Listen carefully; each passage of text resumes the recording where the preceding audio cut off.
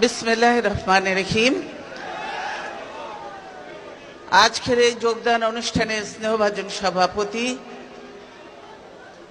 জাতীয় পার্টি থেকে রহমতুল্লাহ নেতৃত্বে যারা যোগদান করলেন তাদের সকলকে আমি আমার নিজের এবং আমার দলের সকলের পক্ষ থেকে আন্তরিক অভিনন্দন এবং শুভেচ্ছা জানাচ্ছি। এখন থেকে আপনারা বাংলাদেশ জাতীয়তাবাদী দলের সম্মানিত সদস্য হিসেবে সকলেই পরিচিত।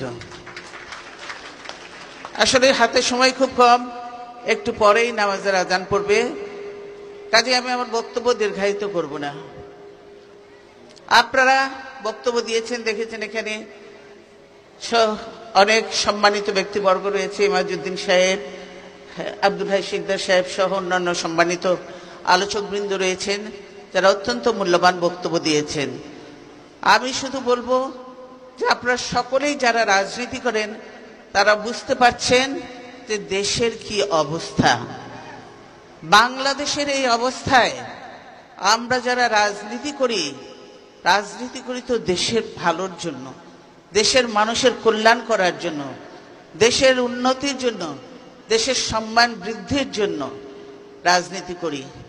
কিন্তু আজকে সেই দিক থেকে বাংলাদেশের না আছে কোনো সম্মান, না আছে কোনো মর্যাদা, বাংলাদেশের না হয়েছে কোনো অর্থনৈতিক উন্নয়ন।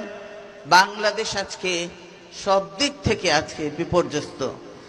এই বর্তমান সরকার বাংলাদেশকে ধ্বংস করে দিয়েছে।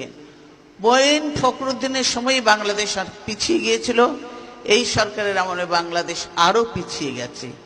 এই যে দেশের এত বড় ক্ষতি হয়েছে, এই ক্ষতির বোঝা বইবে কে? এই যে বলছে যে ইয়াং এদের সব এদের ঘাড়ে এসে পড়বে, এদেরকে এই ক্ষতির বোঝা বই